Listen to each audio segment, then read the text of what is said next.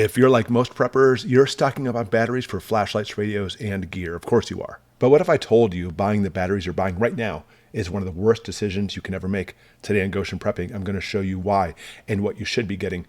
I'll show you what the smart preppers are getting. Of course, we buy batteries for all our prepping gear, don't we? Flashlights, radios, our cassette Walkman. Wait, I still have one of these? And if you're like me, trying to stretch out your dollar as much as possible, you buy these El Cheapo batteries in bulk. That's what I do. This isn't necessarily for prepping though. What I do is on Black Friday, all the local hardware stores and such will have these mega packs so inexpensive. And I don't expect these things to last a long time once you put them in your Walkman, whatever you're putting it in. But the Black Friday sales are where it's at. And I buy these and I store them. Now, for prepping, that's a different story. You don't necessarily want disposable batteries, but for my family, I sure do. My kids know exactly where my giant battery drawer is on my desk, and they use these things all the time. But something else I do is when I do buy these, I'll show you how I store them in a minute, but I put dates on them so that way I can rotate my stock and keep the freshest stuff toward the end and have my kids use up, the not so fresh batteries. But I stockpile lots and lots of batteries, all kinds of batteries, so I can use them for everything, including Duracells. I often get some of the higher power ones. I don't necessarily buy just the disposable ones, especially for when it comes to my kids, the cheaper ones. I buy lots of them. But longevity is the key. If we're talking about keeping these, I don't know, you're looking at a shelf life of maybe 5 years, maybe 7, maybe even longer. And it's not like they'll completely die, but obviously the battery life will simply go down. And the best way to store them is simply just in a cool place. People always say a cool, dark place. Batteries don't care how much light's coming in. But a dry place is key. So a basement could work. It's a cooler place in your house as long as you have a dry basement. Basements sometimes get a little mildewy. The moisture is not good. I used to always keep my batteries in the fridge, and I still do. There's an important way to keep it in there, but your refrigerator is a moist environment. Bad for the batteries.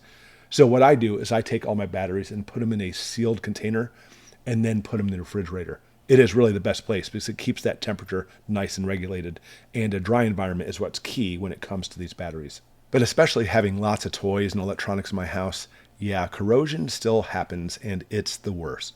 And in most cases, it is reversible. What I do is simply take a cotton swab, some white vinegar, rub it all over the terminals. It's going to remove the potassium hydroxide that's built up on there. You'll see some fizz, and that's a good sign.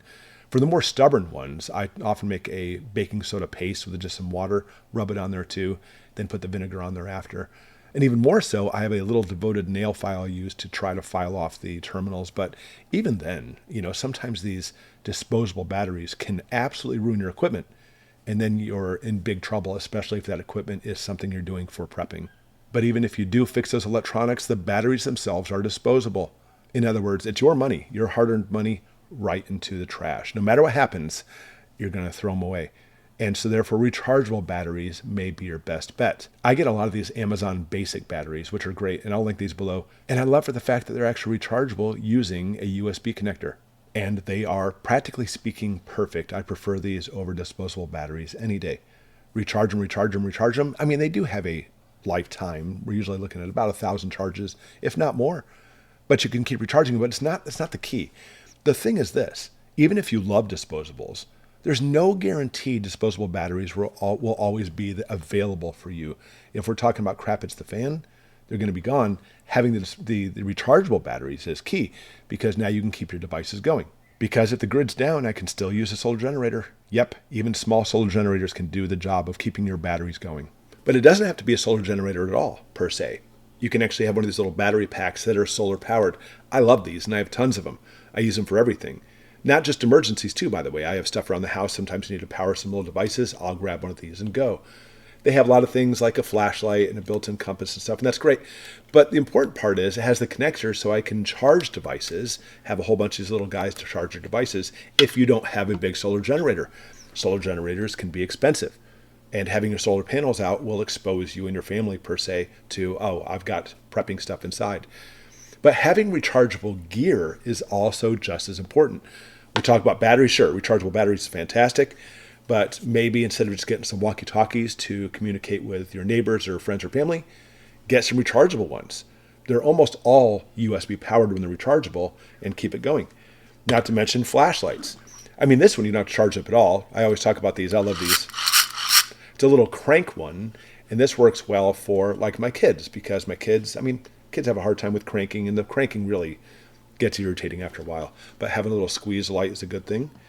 All of my family have one of these really big flashlights too. These things are super, super powerful and bright. In fact, the newer ones actually get a little hot because they're putting out so much power. But they're great. USB rechargeable. I don't even have batteries for it. I also bought one of my family, one of these little tiny ones. In fact, one of my daughters, who goes out all the time, she's in college, she said, "Dad, this is the best thing in the world because it's super bright for being such a tiny little flashlight. It actually has a little light on the side too, but being USB rechargeable is fantastic." I talk about this all the time. This is, if you pick out one item that is like a rechargeable prepping item that every prepper should own, it's this. Because not only is it a flashlight, which is super, super, super bright, but it has all kinds of other stuff on it too, besides being red. It has a seatbelt cutter, it has a magnet, it actually has a tool built in, it even has, if I can pull this off, a lighter inside so you can actually start fires with it. Less than $10. I think, again, every prepper should own one of these. Something a lot of people don't think about. I mean, a lot of us have drills to be able to drill and work in construction. We have to have tools if crap hits the fan. Saws and such do take a lot of power. You do have to have a big solar generator. This thing is battery powered. Fantastic. And even a little device like this can charge it. It'll take a long time, but it can happen. I've also talked about our fans, the Ogery fan, which is great. It's rechargeable. But I've also had this fan. I use this thing in my desk all the time. It's a fan that lasts a long time, but actually has the solar panels with it, so it can actually recharge. So getting rechargeable batteries, yes. Getting rechargeable items, super yes. Don't depend on disposables. At the very least, they all go in the trash afterwards. And all this stuff is rechargeable. And if you just have a small charging unit, it'll take care of it. All right, again, I'll link everything below. Pick these things up. What have you bought? What kind of rechargeable things have you purchased? As always, everybody, I'm glad you're here. Thanks for watching, and we'll see you next time.